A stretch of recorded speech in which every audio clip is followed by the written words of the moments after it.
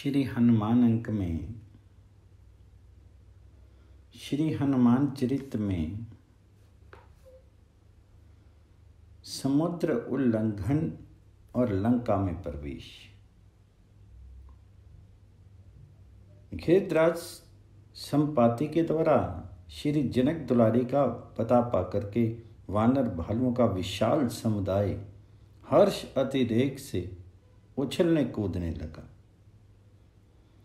किंतु जब वे लोग महान जलधि के तट पर पहुंचे तब उनका रोमांचकारी स्वरूप देख करके सहम उठे।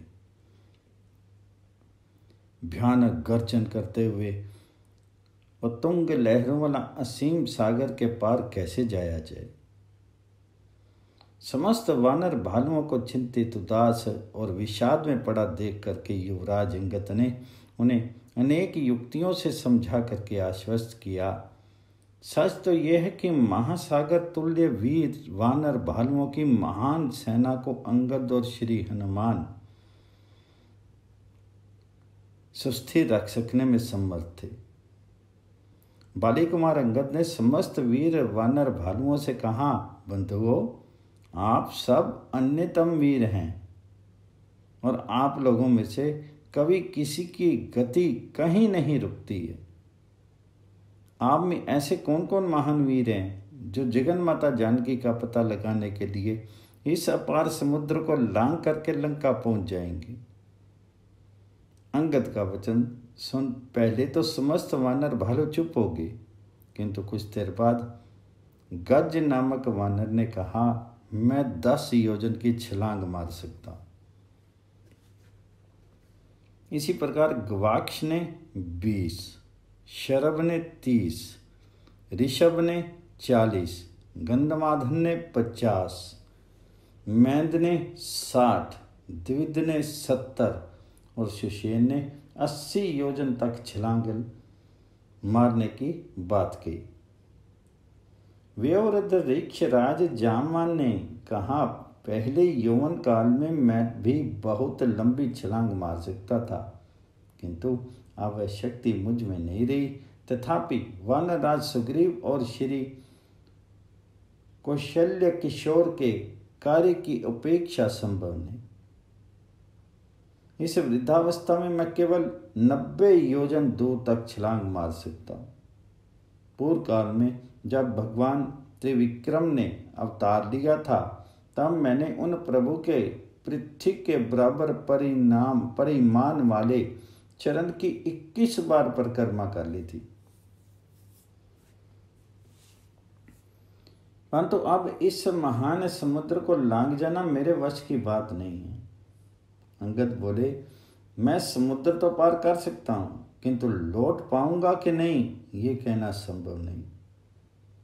अंगद के वचन सुनकर के वाक्य कोविद वृद्ध जामवान ने उनकी प्रशंसा करते कहा, अंगद, यद्यपि तुम इस कार्य के करने में पूर्ण समर्थ हो, किंतु तुम हम सब के नायक हो, अतः तुम्हें भेजना हमारे लिए उचित नहीं है। तुम तो प्रत्येक रीति से रक्षणीय हो। तो अंगद ने उदास होकर के कहा, तब तो समुद्र उल्लंघन संभव नहीं प्रतीत होता। फिर हम लोग प्रायोपवेशन का संकल्प करके बैठ जाएं। नहीं बेटा, भगवान श्री राम का कार्य अवश्य होगा। अंगद को आश्वासन करते हुए जामवान ने श्री अंजनानंदन की ओर देखा। वे सर्वथा मौन बैठे थे। ऋक्षराज को विदित था कि ये वज्रांग श्री हनुमान शाप के कारण भस्म आच्छादित अग्नि तुल्य शांत हैं। इन्हें अपनी अपरिमेय शक्ति की समृद्धि नहीं है, अन्यथा ये अपने स्वामी सुग्रीव को संकटग्रस्त देखकर भी चुप कैसे रहते। ये निश्चय ही बाली को दंडित करते।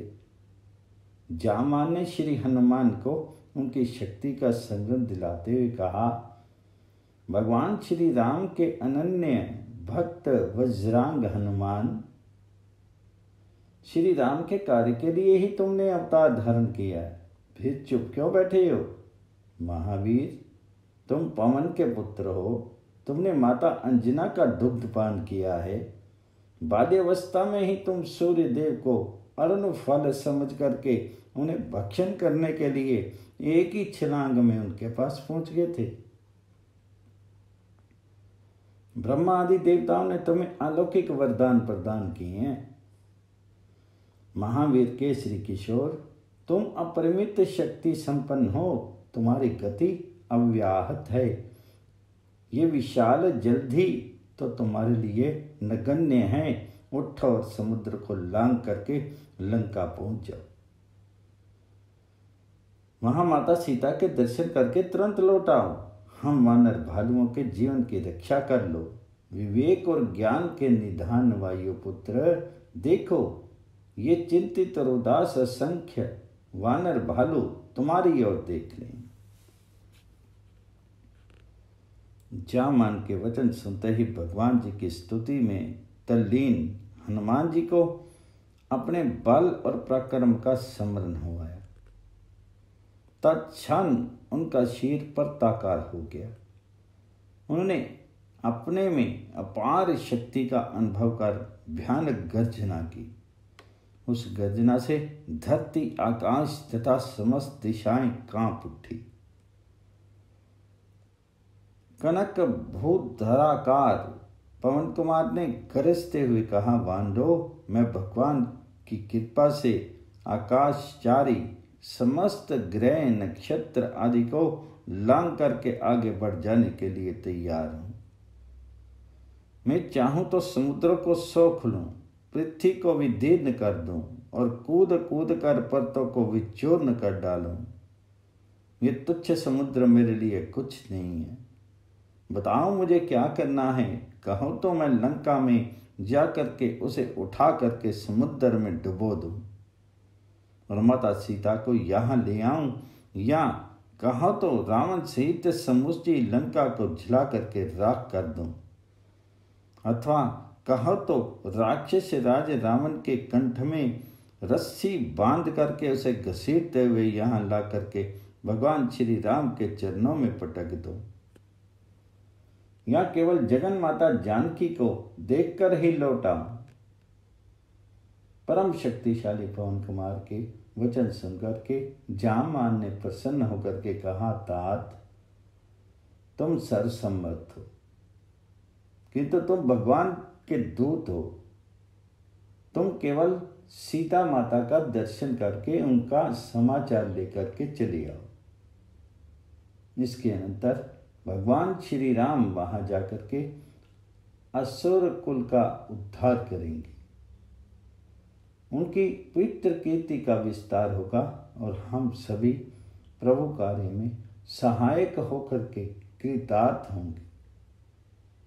हम समस्त वानर भालुओं के प्राण तुम्हारे अधीन हैं। हम सब आतुरतापूर्वक तुम्हारी प्रतीक्षा करते रहेंगे। तुम शीघ्र जाओ, आकाश मार्ग से जाते हुए तुम्हारा कल्याण हो। वृद्ध वानर भालुओं के आशीर्वाद से प्रसन्न होकर के महाप्रकर्मी शत्रु मर्दन श्री राम दूत हनुमान उछल करके महेंद्र पर्वत के शिखर पर चढ़ गए। उनके चरणों के आघात से पर्वत नीचे धंसने लगा और वृक्षों सहित पर्वत श्रृंग टूट टूट करके गिरने लगे। उस समय समस्त प्राणियों को वायुपुत्र महात्मा हनुमान जी महान पर्वत के समान विशालकाय, स्वर्णवरण अरुण बाल सूर्य के समान मनोहर मुख वाले और महान सर्पराज के समान दीर्घ भुजाओं वाले दिखाई देने लगे। समुद्र पार करने के लिए प्रस्तुत आंजनेय ने पूर्व अभिमुख होकर के अपने पिता वायुदेव को प्रणाम किया। फिर उन्होंने भगवान श्री राम का स्मरण करके वानर भालुओं से कहा, वानरगण, मैं परम प्रभु श्री राम की कृपा से उनके अमोघ बाण की गति से लेकर के गति से लंका जाकर के जगत जननी के दर्शन करके पुनः लौट आऊंगा। प्राणांत काल में प्रभु के नाम का स्मरण करके मनुष्य संसार सागर से पार हो जाता है। फिर मैं तो उनका दूत हूँ। उनकी अंगुली की दिव्य अंगूठी मेरे पास है और मेरे हृदय में उनकी मूर्ति तथा वाणी में उनका नाम विराजित है। फिर मैं इस तुच्छ समुद्र को लांघ करके कृतकार्य हूँ, इसमें कौन बड़ी बात है। आप लोग मेरे लौटने तक कंदमूल का आहार करके यहीं मेरी प्रतीक्षा करो। उस समय श्री वायुनंदन में तेज, बल और पराक्रम का अद्भुत आवेश था। देवगण जय जयकार और ऋषि शांति पाठ करने लगे। आंजनेय ने दक्षिण की ओर अपनी दोनों भुजाएं फैलाई और बड़े वेग से आकाश में ऊपर की ओर उछल करके गरुड़ की भांति तीव्रता से उड़े। उनके वेग से आकृष्ट होकर के कितने ही वृक्ष उखड़ करके अपनी डालियों समेत उड़ चले। पुष्पित वृक्षों के पुष्प उनके ऊपर गिरे, जैसे वे वायुपुत्र की पूजा कर रहे हों। पवन पुत्र श्री हनुमान को पवन की गति से श्री राम कार्य के लिए जाते देख करके सागर ने सोचा, इक्ष्वाकु वंशीय महाराज सगर के पुत्रों ने मुझे बढ़ाया था और ये अभय वज्रांग हनुमान इक्ष्वाकु कुल उत्पन्न श्री राम के कार्यों से लंका जा रहे हैं। अतः इन्हें मार्ग में विश्राम देने का प्रयत्न करना चाहिए।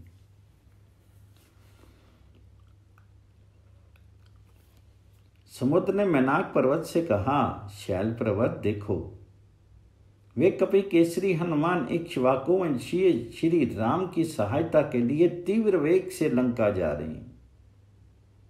इस पावन वंश के लोग मेरे पूजनीय हैं और तुम्हारे लिए तो परम पूजनीय है। अतः तुम श्री हनुमान की सहायता करो।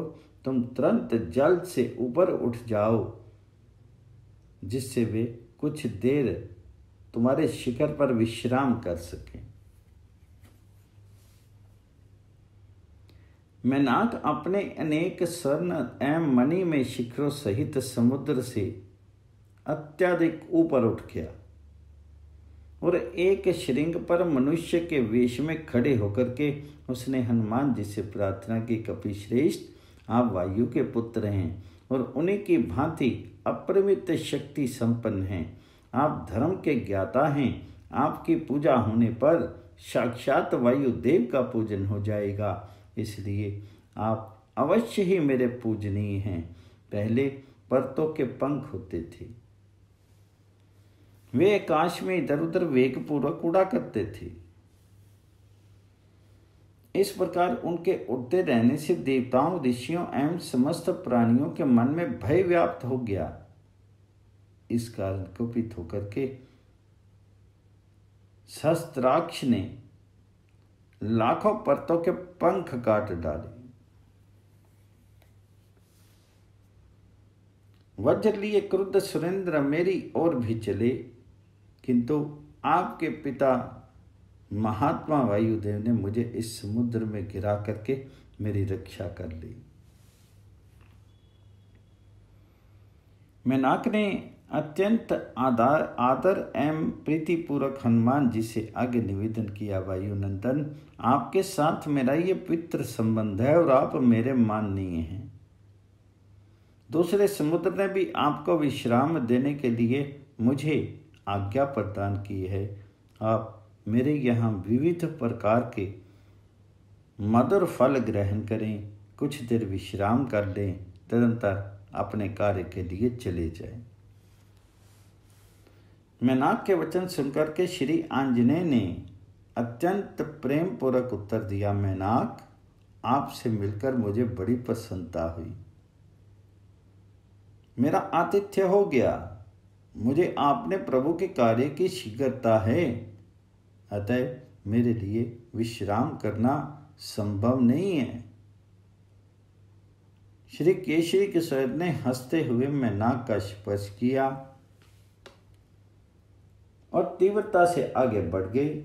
उस समय शैल प्रवर मैनाक और जलधि दोनों ने उनकी ओर अत्यंत आदर और प्रीतिपूर्वक देख करके उन्हें बार बार आशीर्वाद प्रदान किए।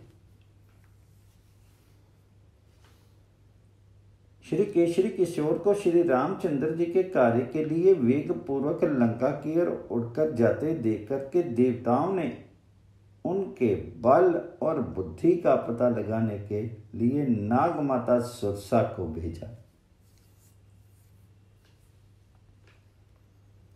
देवताओं के आदेश के अनुसार सुरसा ने अत्यंत विकट, बेडोल और भयानक रूप धारण किया।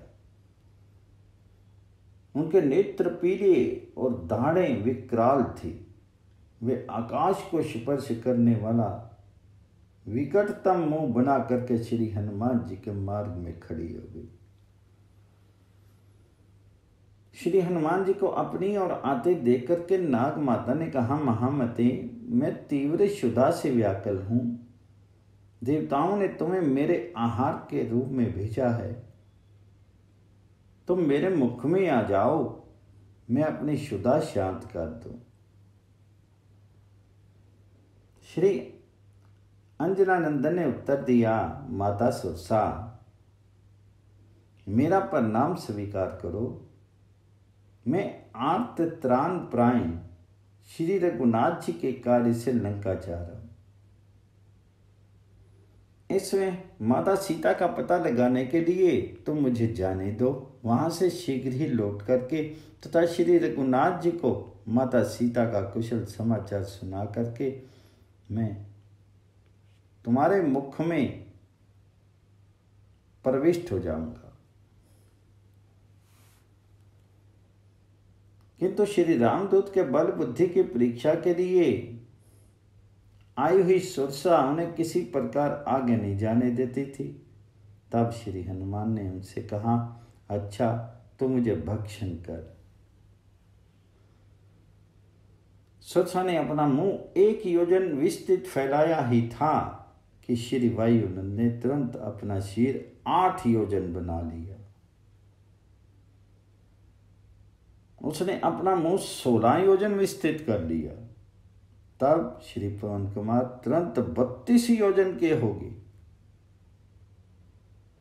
सुरसा जितना ही अपना विकराल मुंह फैलाती, पीड़ितकाय हनुमान उनके दुगने आकार के विशाल हो जाते। जब उसने अपने मुंह 100 योजन का बनाया, तब वायुपुत्र अंगूठे के समान अत्यंत छोटा रूप धारण करके उसके मुख में प्रविष्ट हो गई। सुरसा अपना मुंह बंद करने ही जा रही थी कि महामती आंजनेय उनके मुख से बाहर निकल आए और विनय पूर्वक कहने लगे, माता, मैं तुम्हारे मुंह से बाहर निकल आया। तुम्हारी बात पूरी हो गई। अब मुझे अपने प्रभु के आवश्यक कार्य के लिए जाने दो। सुरसा तो श्री रामदूत की केवल परीक्षा करना चाहती थी। उसने कहा, वायुनंदन, निश्चय ही तुम ज्ञान निधि हो। देवताओं ने तुम्हारी परीक्षा के लिए मुझे भेजा था। मैं तुम्हारे बल और बुद्धि का रहस्य समझ गई। अब तुम जाकर के श्री राघवेंद्र का कार्य करो। सफलता तुम्हें निश्चय वरण करेगी। मैं हृदय से तुम्हारे आशीष देती हूं। सुरसा देवलोक के लिए प्रस्थित हुई और उग्र वेग श्री मारुत आजमज गरुड़ के भांति आगे चले। मैनाक वंदित वानर शिरोमणि श्री रामदूत पवन के वेग से उड़ते हुए जा रहे थे। मार्ग में सिंहिका राक्षसी समुद्र में मिली। वे आकाश से उड़कर जाने वाले प्राणियों को उनके प्रतिबिंब के द्वारा खींच करके मार डालती थी। उस छाया ग्राहिणी सिंहिका आसुरी ने समुद्र से श्री पवन कुमार की भी छाया पकड़ ली। हनुमान जी की गति अवरुद्ध हो गई। आश्चर्य में पड़े श्री रामदूत ने चारों ओर दृष्टि दौड़ाई, पर उन्हें कहीं कोई दिख नहीं पड़ा। जब उन्होंने नीचे दृष्टि डाली तो जल के ऊपर स्थूल शीर वाली विकराल राक्षसी दिख पड़ी। बस विशालकाय हनुमान जी वेगपूर्वक सिंहिका के ऊपर कूद पड़े।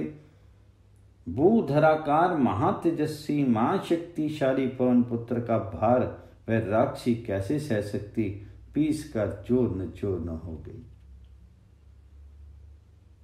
हनुमान जी का ये भयानक कार्य देख करके खेचर प्राणियों ने उनका स्तवन करते कहा, कपिवार, इस विशालकाय प्राणी को मार डालने का अद्भुत कार्यक्रम लेने पर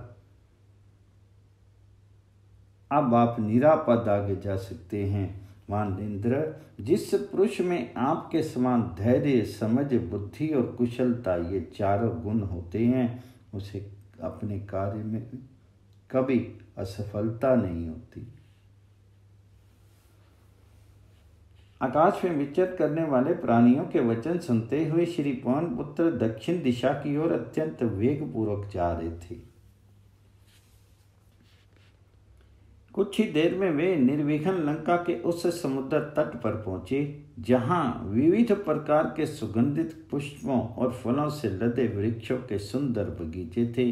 वे भोरों के गुंजार एवं अनेक प्रकार के सुंदर पक्षियों के कलरव से निनादित थे। वहां मृग शावक क्रीड़ा करते हुए प्रसन्नतापूर्वक इधर उधर दौड़ रहे थे। शीतल प्यार चल रही थी। वह बड़ा ही मनोहर दृश्य था। वहां से त्रिकूट पर्वत के शिखर पर बसी हुई चतुर्दिक परकोटों एवं खाइयों से घिरी रावण की लंकापुरी स्पष्ट दिख रही थी।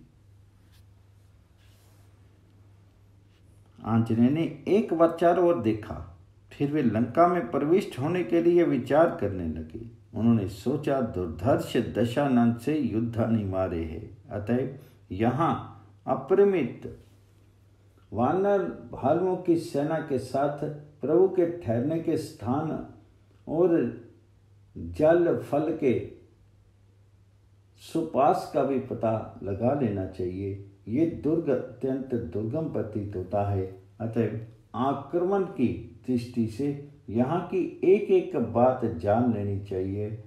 ये अत्यंत आवश्यक है। किंतु इस विशाल वेश में दिन के प्रकाश में तो असुरों को मेरे आगमन का रहस्य विदित हो जाएगा, अतः रात्रि में सूक्ष्म वेश में इस ध्रुव दुर्ग के भीतर मेरा प्रवेश करना हितकर होगा। आंजनेय उछल करके एक पर्वत पर चढ़ गए और वहां से लंकापुरी को देखने लगे।